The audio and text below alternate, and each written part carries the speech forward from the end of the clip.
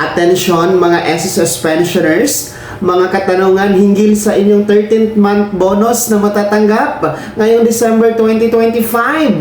Una, kung may loan kay SSS, ikakaltas ba ito sa 13th month bonus? Pangalawa, may pagkakaiba nga ba o pareho nga ba ang bonus at 13th month? Lahat ng yan, tatalakayin natin. Hold up.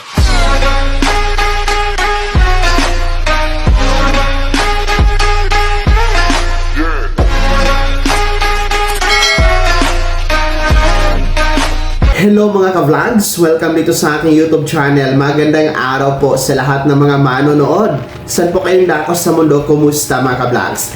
Eto ha mga pensyonado na SSS, sasagutin po natin ang mga ilang katanungan mula po sa inyo hinggil nga po dito sa inyong nalalapit na 13th month bonus ngayong Disyembre 2025. Kung meron pong SSS loan na na-avail, ikakaltas ba ito sa 13th month?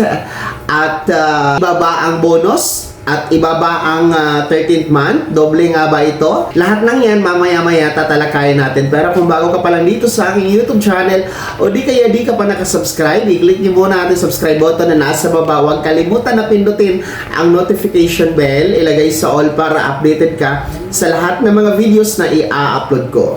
So eto na nga po, no, makinig kayo mga pensyonado ni SSS. Meron pong mga katanungan. Actually, ang daming katanungan po, no? Hinggil po sa inyong nalalapit na 13th month bonus ngayong December 2025. Una na nga riyan, tinatanong po kung ikakaltas ba sa 13th month bonus ngayong Disyembre kung merong SSS loan na na-avail kay SSS, no? So, since ang 13th month bonus ay para po sa inyong mga pensyonado, I assume na itong nagtanong ay mayroon pong na-avail na SSS pension loan.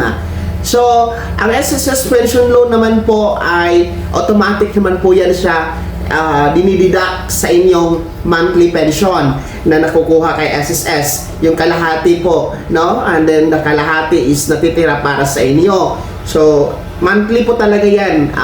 Basta active lang po ang inyong pension, no? At nagkukumplay kayo ng akop tuwing buwan ng kapanganakan, ay talagang buwan-buwan makakatanggap kayo ng pensyon, and automatic na nga po na dinididak ang inyong pension loan na na-avail kay SSS. So sa katanungan po kung ito ba'y idididak, ibabawas ba ito sa inyong makukuhang 13th month bonus ngayong December 2025? Ang kasagutan po, hindi.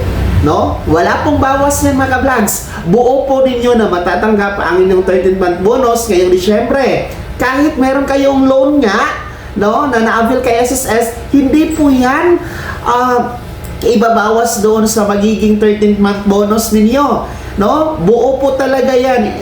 Talagang kung ano ang halaga kasi niyan is katumbas ng isang buwang monthly pension. So halimbawa, tumatanggap kayo ng 5,000 pension monthly, yun din yung makukuha ninyong 13th month bonus mga ka-vlogs. Wala po yung bawas. Kasi doon nga po ibabawas ang pension loan sa pension monthly na kinikredit po monthly sa inyo mga ka-vlogs. So sana naging malinaw po ang ating kasagutan na regarding dyan sa nagtatanong kung baka nangamba siya, no, na baka ibawas ang kanyang loan, pension loan doon sa 13th month. Hindi po ha, talagang intact po yan mga ka-vlog. So sana nasagot po natin yan. Pangalawa, may nagtanong din po kung iba ba ang bonus doon sa 13th month. Well, ang kasagutan po, kasi gusto niya daw ng malinaw na kasagutan, isa lang po yan sila, no? 13th month bonus, isa lang po yan, no? So, ibig sabihin, 13th month lang po ang inyong makukuha ngayong Disyembre. Hindi po siya doble na may bonus by 13th month. Sinasabi nating doble kasi nga po, may pension din po kayo. So, monthly pension, ngayong December pension, plus the 13th month bonus, kaya nga po, doble. Okay? Pero hindi ibig sabihin na may bonus pa, may 13th month. Magiging triple na yan. Malulugi na si SSS. Wala po yan sa circular ni SSS, ha? So, sa nagtanong din po, ay pareho lang po yung bonus of 13th month, ha? Wala yan silang pinagkaiba. Pero doble pa rin po yung makukuha ngayong Disyembre mga ka-vlogs. At yan po ang kasagutan, no, dito sa mga katanungan na may kinalaman po sa inyong matatanggap na 13th month bonus ngayong darating na Disyembre 2025. Sana'y maliwanag po yan mga ka-vlogs. Kaya naman mga SSS pensioners, ano po yung comment at reaction sa balitang ito? Maliwanag po ba ang ating kasagutan? Ibahagi niyo po sa comment section na nasa baba, pakilagip ng buong pangalan at kung taga saan kayo. At kung meron pa kayong mga katanungan, no, you can ask me, no, kasi pipili tayo ng sasagutin mga ka-vlogs.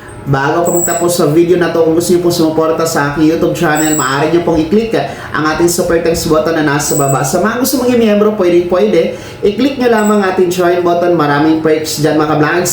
Be my member now. Sana naging gabay ang video na to kahit papano na pag-uusapan natin ang mga mahahalagang bagay-bagay na may kinalaman sa pagiging miyembro, benepisyaryo at pensyonado sa SSS. Kung hindi ka pa nakasubscribe dito sa aking YouTube channel, maaari nyo nang i-click ang ating subscribe button na nasa baba. Huwag kalimutan na pindutin ang notification bell. Ilagay niyo po sa all para updated ka sa lahat ng mga videos na i-upload ko.